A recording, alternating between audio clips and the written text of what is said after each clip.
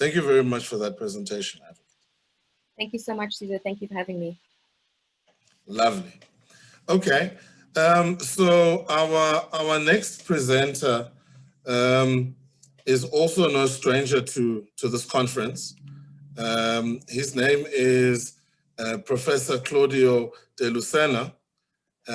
We're actually going to do a joint presentation. We started experimenting with this earlier on in the year when Prof de Lucena gave a lecture at Forte University, a guest lecture. So we will be covering the topic called today, Data Protection in BRICS, a study of South Africa and Brazil. So I think, let me give over to Prof de Lucena. Prof, are you there? Yes, Cesar, can you hear me? Yes, we can hear you. Thank you very much. Good morning, you all from Brazil. Ladies and gentlemen, pleasure to be here again in Lex-Informatica. I think we experienced remote participation in Lex-Informatica way before this new moment happened, Cesar. If I remember correctly, since 2010 was the first time I participated remotely. And I'm really glad. I'm really glad that I could take part physically. I was also sharing the environment with you at some points, also in South Africa. Very, very pleasant stays and contacts that to this day are very important to me. Glad to see that my friend Kaleman Genda is also here with us. Thank you very much for your presence and for the opportunity, Cesar. Love to hear this interesting insights about data protection. It seems that this year was particularly rich for us concerning data protection issues, concerning the advancement and also the education capacity building, as we had in the last presentation. I'm part of the Cyber BRICS project and the Getúlio Vargas Foundation here in Brazil, which I'm glad to share also with Cesar. The topic we're bringing here to you is something that we're planning to develop in a more detailed research, comparative research. And from the Brazilian part, I could tell you that we've been discussing data protection also as a national issue for the past 10 years. And in 2018, when the GDPR finally went into force, it was very clear for us, and the country finally moved on and got the bill approved, converted into law. We had a grace period of 18 months. That was the first option. It would end here in February 2020. So we had the first postponement for August 2020, which would give us the same 2-year grace period of the GDPR, and then we got into the middle of the pandemics. Because of that, there were a couple of ups and downs, and at some point, to give you an idea of the complexity with which the issue was dealt by the Brazilian Congress Parliament, at some point we had just 7 possible dates for our LGPD, that's the acronym for the Brazilian Gender Data Protection Law, to get into force. At some point, there were seven possible dates for it to enter into force. We, in the National Data Protection Institute, of which I'm the head of international relations, we had to draw that, especially for foreign colleagues. We had to make an infograph about those possible 7 dates. Out of those, none was chosen by the Parliament and by the President of the Republic. And we finally got the bill into force partially, which is, I think, something I understand is also happening with Papaya, partially into force, I would say significantly into force from September 18. And that's when that's the start point from when we have data protection actual and enforceable law in Brazil. We're still to see administrative fines for August 2021. This is something we got because of the period and because of also the kind of transition that we need in Brazil. the country has decided to postpone the period of entry into force for the administrative fines for August 2021. But other than that, all the other categories of issues that are regulated by Brazilian data protection law are already into force. And we have seen, Cesar, I haven't seen anything like this, even in the cyber realm, which is we know it's very dynamic. We know that cyber crime, the automated claims, all the other issues that touch intellectual property, that touch digital, all these issues are very, very dynamic, but I have never seen something like this in my 20 years of practice in Brazil. The market and the companies are very, very much in a hurry to do something about the compliance, about their adequacy measures. There are not enough professionals in the country. The cost is an issue, mainly particularly in a very tough year for businesses as in general, because it was a very tough year everywhere. It's still a very tough year for us. For example, events, public events, entertainment, and schools, they're not back yet, and we do not know. We have no clear idea, clear horizon when they're going to be back. So these companies are having to set up a different working culture concerning data protection without even being together, without being able to mobilize their partners and their collaborators and their workers. It's a tough period in Brazil, but at the same moment, a time of very interesting opportunities. And it's this opportunities that I'm trying to highlight, Cesar. And this is where I would like to start with you. I would like to start with what I would call, and then I would like to hear a bit from you, because apparently you have a similar story with Popeye, with a grace period that was escalated and differentiated for different issues of Popeye. For this first moment in Brazil, there is already a very intense movement of compliance, but from the social media, also from the regular media, which has taken data protection issues in Brazil. A quick side note: we did not have a general data protection law, data protection legal framework in Brazil to this day. There were regulated sectors such as finance, such as health issues to some extent, and education. But those regulations, apart from being segmented to that specific sector, they were not very much, there were no general principles, there was no general understanding, and the Brazilian Constitutional Court had never exactly touched the issue of data protection so as to make it a national general understanding of the issue. So this is, for us in Brazil, it's like building a culture of data protection from scratch, with all the challenges it brings, with lack of knowledge, as the comment here in the chat from the last presentation, with lack of knowledge from the public, from the communication and press sector of the country, from public officials. The National Data Protection Authority is not yet in place, and it's difficult to find people for that position and also from the public and private sector. The private sector can, let's say, walk a little bit faster in this because of the way they can decide things, but even to decide rules on how to appoint data protection officers is harder for the public sector. So again, a very tough and challenging period in Brazil, but also with some opportunities. And in this period, I've been sensing and feeling since September 18, Cesar, and I would love to hear the corresponding from your side, a very negative agenda when we're addressing data protection, the data protection compliance process for public and private institutions, in the sense that the approach is always, you should start that journey, you should take your steps into data protection, otherwise you will be fine. Otherwise, the data protection authority is coming after you. Otherwise, this is something that is already happening. The sector around you will start breaking contracts because you cannot demonstrate compliance steps.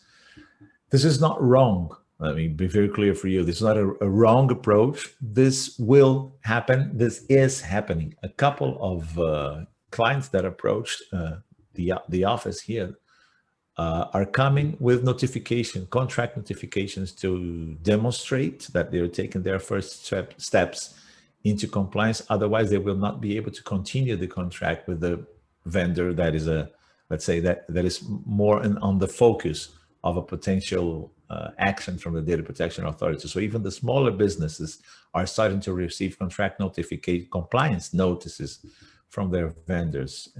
So this is happening. This negative agenda, this heavy, let's say, heavy agenda is playing a large role in the Brazilian scenario nowadays. Again, it's not wrong. It will happen. It is already happening. Something also interesting. We thought that we would have to have a working and fully functioning data protection authority so it can happen. We thought that we would need the public authorities to play a very decisive role in enforcing. And we thought it would be long. I think the last movement we had from that engagement that was referred to in the last presentation here from the public in Brazil, so as to make this legal framework have an effect on the society, was the Consumer Code back in 1990. I was not a lawyer back then, by the way, but I remember the period, and it was a period of very intense change of culture and public engagement. We thought something would be needed just like that. And it's not the same when we're trying to make the citizen aware of their rights, for them to exercise consumer rights, which are much more intuitive, part of everyone's life, of everyone's general knowledge. So it's not the same thing, and it was beautifully highlighted in the last presentation. It's not the same thing when we're trying to make the public aware of data protection rights. It's not the same. It's not intuitive. Even if they use and incorporate the digital realm much more nowadays than they did in March, for example, it's still not the same thing. It's not easy. Not all the public actually knows what it is to have and exercise rights related to their digital life, although the data protection framework in Brazil also applies to analog and paper records. Just they're not there much anymore. And we didn't, this was something very interesting that we noticed in September. In September 18th, the day that on the very date that the law went into force in Brazil, a number of websites that take complaints from consumers or from citizens in general were already showing complaints from data subjects directed to specific public and private companies in Brazil. So this was something that that also caught us, because we did not have a public authority, a national data protection authority in place. We still do not have it to this date. I'll touch that upon the presentation and the infographic that we're sharing with the audience. We do not have all the public authorities that are going to handle the cases ready to do it. Companies are not yet ready. The majority of the 210 million Brazilians are not aware of what that is. But if this data subjects that are already starting to exercise their rights, and we have websites that take complaints, we have already lawsuits in courts demanding the exercise of those rights, and we have companies receiving data subjects access requests and exercise of rights, requests for exercise of rights in general. If those few data subjects do a very good work, we probably do not need 210 million Brazilians to exercise their rights, because procedures are not going to change. And if you agree with me, the procedures are not going to change for that handful of data subjects that are exercising their rights. If companies and public institutions are to adapt their procedures, it's not going to be to address the needs of those 10, 15, 100 data subjects that are requesting. They're going to organize and reorganize their procedures for all data subjects in Brazil. So it is a point that we had not considered. The amount of data subjects that are necessary to change the culture are not a substantial part of the Brazilian population. We just need a few of them, a few members of, let's say, civil society that are also playing a very important role in this. And this was something that very interesting that we noticed over this 60-something days after the bill went into force. About the negative agenda, just to wrap up this introduction, it's not wrong, it's not invisible, it is real and it's there. I just don't feel it's the right way to approach it.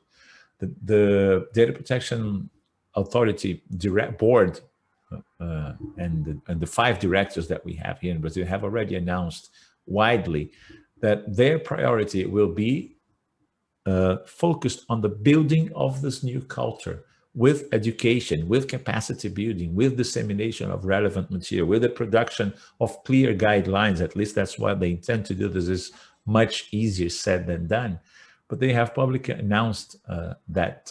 So I think when businesses and public institutions have gone through the kind of year that they have gone here in Brazil, with that amount of difficulty, operational, administrative, financial, this approach is not going to produce the best. Even in times of, let's say, normality, this approach would not produce the same issues. And we do not have to create a positive agenda out of nowhere or invent or make it up as if it didn't exist, because it does. There is a positive agenda around data protection. And I'd like to highlight a couple of this motives or reasons why, apart from being a regulatory burden, I would never hide that from a client, from an audience, or from a partner. There is a regulatory burden that is there. But to some extent, this regulatory burden imposes some kinds of obligations that are very much capable of modernizing a business or a public institution. The data mapping, for example, which is this step 0 or step 1 from which we start a data a compliance procedure, might give you insights on the business or on the public institution that no other obligation had ever told you or made you do so. And by knowing the data in the way that a data protection framework determines you to do, you can check, and it frequently is the case, businesses can describe new business models or understand new ways of adding value to the business. Cannot use the data as they wish, or in the best in the easiest way. There are guidelines, there are requisites that you have to abide by to use that data for the business models, but there is no blatant or point blank prohibition to use the data. It's a kind of it's a matter of addressing the requisites. It's a matter of complying with the minimum requisites that are designed to protect the data of citizens, but extracting new business models and new ways of using or extracting or producing value, improving services and improving customer relationship with the client or with the data subject is there. It's a possibility. Another positive agenda that we do not have to make up is that by doing those, by taking those measures through which you are going to comply, producing those documents, those reports, that knowledge of your data that you have to do because of a data protection framework, you will most probably discover new ways to organize new administrative routines and produce reports that were not there before in the businesses or in the institutions. And that can very much bring more efficiency. The way, for example, you manage risks, the way you have to analyze risks, record your processing activities or manage risks, or manage data subject access rights can very well improve and bring efficiency to the ways you rule, to your administrative or operational routines in the company or in the public institution. So that also is something that we do not need to make up.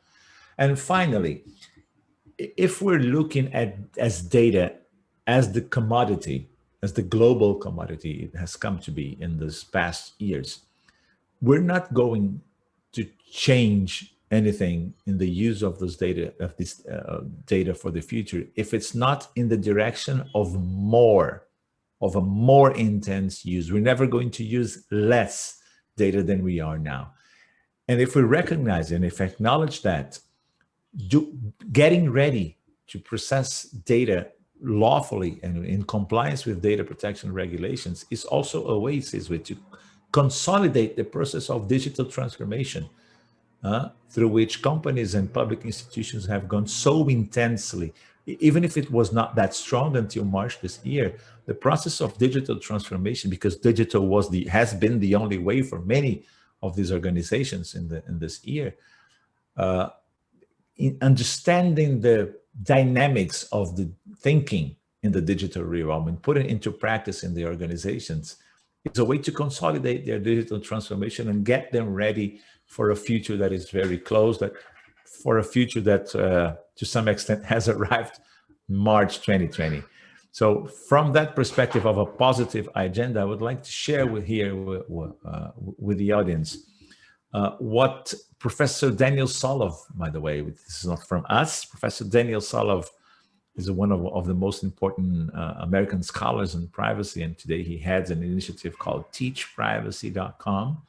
He talks of an anatomy of a general data protection legal framework, and this anatomy pretty much refers to the categories of issues that are usually regulated by data protection frameworks in many parts of the world. We are bringing here to you a couple of comments. Of course, we do not have the time to touch upon all these issues, but the idea for us here is to maybe pick 1, 2, or 3 of those issues and mention to you what we think is particularly interesting from the perspective of our countries, of our national data protection frameworks, and also sometimes referring to the GDPR.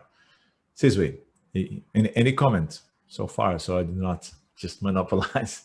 Yes, I was actually quite happy that you did the majority of the presentation, mainly because of the professional intersection that I have with the information regulator. So I was quite happy when your presentation was going longer already. But with that having been said, data protection in South Africa, I think likewise, like you said, in Brazil, people are literally only waking up to data protection laws now. It's as much as our law has been there since 2013, and as correctly put on the slide, our POPIA really contains principles that are, should I say, in line with the GDPR. Mainly, it means that it's a cultural change that has to take place. It's not just government that needs to appreciate this, but also the normal common citizen, the smallest of businesses, the biggest of enterprises. I think all have to deal with the reality that data protection now is a reality, and with the whole COVID-19 aspect, I think we've really have been challenged to really test our privacy laws. I mean, prior to the remainder of our POPIA coming into force earlier on this year, in July, and the grace period of 1 year has now kicked in for everyone to comply. Immediately when the COVID-19 situation started, our government even went to the extent to appoint a COVID-19 judge who would assist government to process personal information of data subjects because of the fact that our POPIA regime had not been put in place. You will remember right at the beginning, there was contact tracing issues. There was all sorts of aspects that really tested our privacy laws.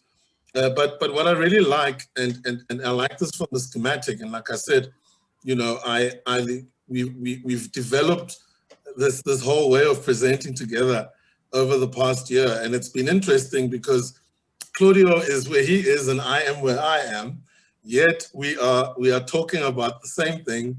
He's giving you the Brazilian perspective, I'm telling you about the South African perspective, and we're all trying to show you how it all ties in with the GDPR. I always tell my students that in South Africa, we have the POPIA. We don't have the GDPR. However, our POPIA, as much as it may not be a duplicate or may not necessarily be considered as adequate, it contains most of the principles that you will find in international data protection conventions. And be that also Convention 108 plus, as the speaker mentioned earlier on. So from my perspective, I'm a little bit limited as to what I can say about POPIA in my private space.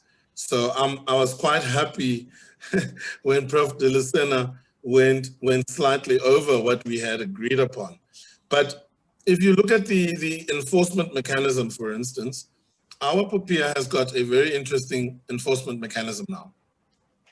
It doesn't only relate to enforcement of the protection of personal information, but we have a very, very interesting law now that says also the access to information can be taken to the enforcement committee. So basically, if there's a complaint about the unlawful processing of personal information, a complaint can be taken to the information regulator, who may then investigate the complaint, do nothing about the complaint, or even refer the complaint to the enforcement committee, who will then eventually come with what we call an information notice. And obviously, after that, an enforcement notice should there not be compliance. The beauty of that is it's a one-stop shop mechanism. You don't have to go to court. It is a quasi-judicial form. In our law, the enforcement committee must be either a senior attorney or a senior magistrate or a retired judge. It may seem as if the regulator will be going to the direction of approaching the Chief Justice along the lines of a retired judge. I mean, that's information that I have. So in terms of the enforcement committee, really powerful tools. We've seen the enforcement notices given by various regulators in terms of the Cambridge Analytica issue with Facebook. The powers that our regulator has been given are quite similarly strong. Maybe just on a punitive measure, there are some limitations that the fines are only up to 2 million rands. Considering that the rand is not so much anymore, 2 million rands would be just under, 100,000 pounds.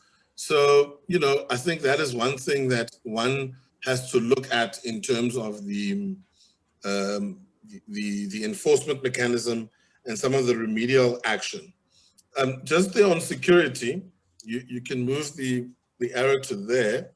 On security issues, our POPIA, very, very interesting once again.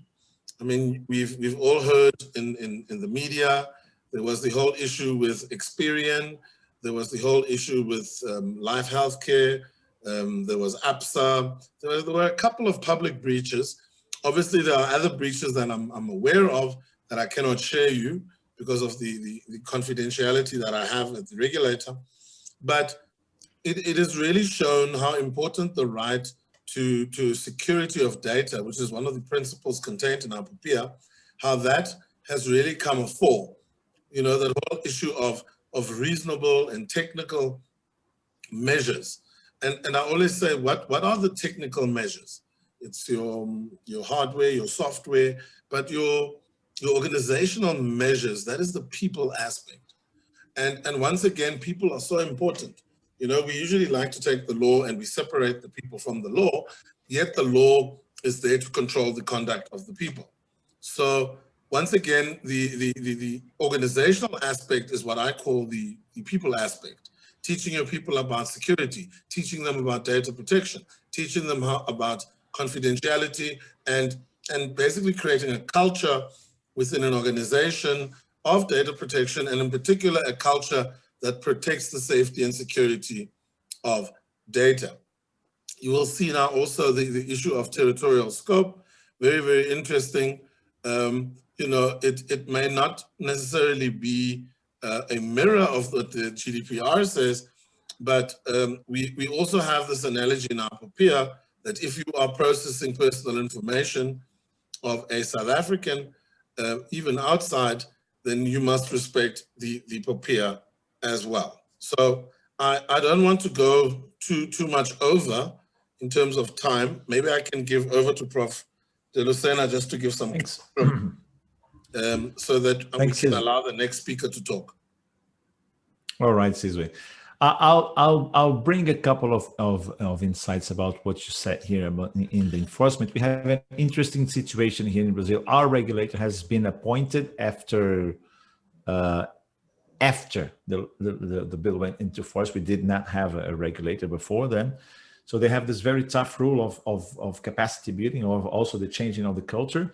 And something interesting happened. We have an army, a former army person in the presidency right now, and there is a very intense presence of the military personnel in the government. So out of the 3 board directors of the National Data Protection Authority, out of the 5, 3 are former militaries.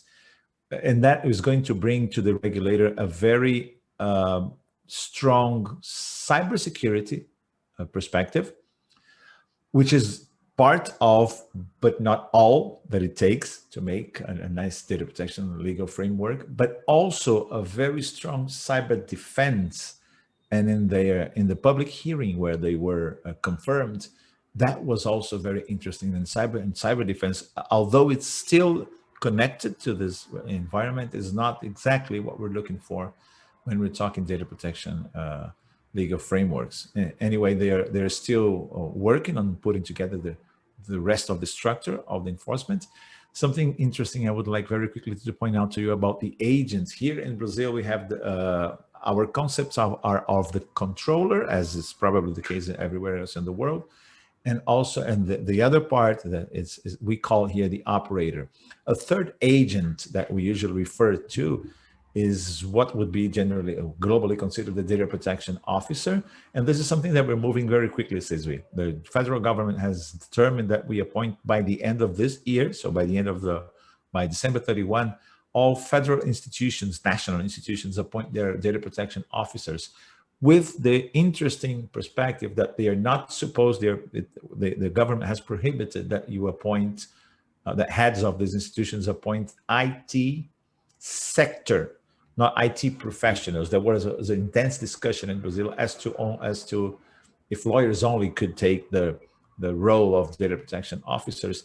This would be a terrible choice. I'm a member of the bar. I'm a committee member at bars, but I'm also an information technology professional. And it would be a very poor decision. IT is an indissociable part of data protection legal framework. And that's something very interesting also. Law firms are starting to see data protection compliance as one of the best opportunities in this century, just to find out that this is not a job that can be done alone, by themselves only. Individual or legal competences only will not do the job of a good compliance process in data protection. So this must be an inter or multidisciplinary approach. At least we have to have InfoSec, IT, in information security people, good legal professionals, and also depending on the project that we're carrying on, also a very good project managing issues, because we're talking about phases, we're talking about steps, we're talking about keeping up with the various tasks that we have. So that was an interesting development here, recent development, that the government appointed or determined that IT sector professionals were not to be appointed as DPOs in public institutions, although you can definitely have administrative and data science IT people not from the IT sectors. It is probably a question of conflict of interests that we are yet to discover, but this is something that's playing out also in Brazil. Looking at this framework, Susan, I'll leave it here. Looking at this framework and the idea of Professor Solov of designing an anatomy, I think it's very clear for us that we're looking about a global framework of action, because in fact, for the legislations I look at, and I've been looking at other legislations other than the South African, Brazilian, and the European ones, they do map this category of issues. So this is clearly how a way to harmonize an international framework to work with a category of a legal category that is actually global. This is how we start. I think this is how we start building a global environment for data protection. We are never going to approximate or ideally, let's say, ideally approximate all the different cultures, different important relevant cultures that are going to be business and institutional partners in the world of data protection. But looking at a framework, looking at an anatomy like this gives us a good idea of how we from our national perspectives are inserted in the global discussion about data protection, and also how global institutes of data protection, how they play into our legal internal framework. I hope we have given the audience insights on these comparative issues, Sizwe, and I also hope we work a little bit further on that and maybe produce a more concrete output, comparative output for them. Thank you again very much. Thank you, Prof. There's a comment here, two comments. One is from Sophie Kwasny. She says, Claudio, you refer to data as a commodity. Do you refer to personal data? If so, do you support proprietary rights and corresponding monetization in a chain of viralization of data? Who is actually remunerated? The data subject or the platform crossing and the inferring data? Interesting one. Very interesting, but very, very easy to answer. The question as it's placed there, it's a very tough one. The answer is a bit easier. It's a bad word choice, Wazi. I'm referring as a commodity, as an analogy, and I admit it's a very poor one because the issue you put on the table here is a very present one. The commoditification, the vision of data as property and property only is a very common discussion nowadays. It's an interesting issue. There are already models such as the ones you refer, that to try to look at data as an economic commodity that should just be put a price and a value, as it is the case, for example, with the California Privacy Act. There are ways to directly monetize for the consumer. That is absolutely not my view. This European inspiration as data, personal data, as a dimension of the personality is the one I support, is the one I work with. There is no way to hide the fact that it has economic development or an economic dimension, but not in essence. And I do support the view that data protection and personal data in itself is a stronger dimension of our personality rights. If it were not the case, I think we would not have gone so far or included so many players of civil society and of the individuals and of the academia itself in this new discussion, in this new wave of discussion as data protection as a global issue. I think we're at this point now. We have an interchange between BRICS countries now discussing data protection because of the fact that we acknowledge that the use of this data has a very strong impact in this moment in the lives of people. And I think that's what I support. So bad expression choice, just that. Obrigada. I see this one is directed at me. The spike in cybersecurity breaches to me is an indication of data privacy and security are not really taken serious. What is the role of the information regulator in raising awareness and protecting privacy and at data subject rights. And Advocate Chikalanga goes further. She says, the reactive approach that organizations are approaching data privacy and data privacy is proven to be ineffective. The information regulator must look at enforcement measures that will ensure that organizations take a proactive approach in data and data security as opposed to a reactive approach. Advocate Chikalange, unfortunately, on this particular platform, I'm not speaking on behalf of the regulator. And I would have loved to have answered that question. But I think it is the duty. One looks at section 40, it does talk about the regulator having duties to educate data subjects and the country as a whole. And I think from a personal perspective, I agree. You know, one should avoid data breaches rather than being reactive to data breaches as they happen. So I think that is the politically correct answer that I can give you for this one. Prof de Lucena, thank you very much. It's been lovely having you here today. I trust you will be joining some of the other sessions. I know it's very early there in the morning. Thank you very much for waking up. It always reminds me Thank of you again, Cesar. To Brazil when I come see you guys. So hopefully that's something we can do maybe in a year's time. Thank you very much for the presentation.